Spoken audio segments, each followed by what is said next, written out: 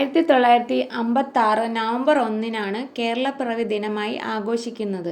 ഇന്ത്യയിൽ ഭാഷാടിസ്ഥാനത്തിൽ സംസ്ഥാനങ്ങൾ രൂപീകരിക്കാനുള്ള സംസ്ഥാന പുനഃസംഘടനാ നിയമത്തിന്റെ അടിസ്ഥാനത്തിലാണ് കേരളം രൂപം കൊണ്ടത്.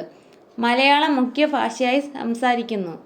കേരളം രൂപീകരിക്കുമ്പോൾ പ്രധാനമായും 3 ഭരണപ്രദേശങ്ങളാണ് ലയിപ്പിച്ചത്: തിരുവിതാംകൂർ, കൊച്ചി, മലബാർ.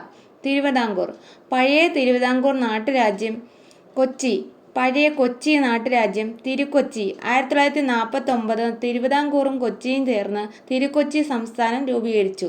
മലബാർ മദ്രാസ് പ്രസിഡൻസിയുടെ ഭാഗമായിരുന്ന മലബാർ ജില്ലയും തെക്കൻ കാനറയിലെ കാസർഗോഡ് താലൂക്കും. ഭരണപരമായ വിവരങ്ങൾ.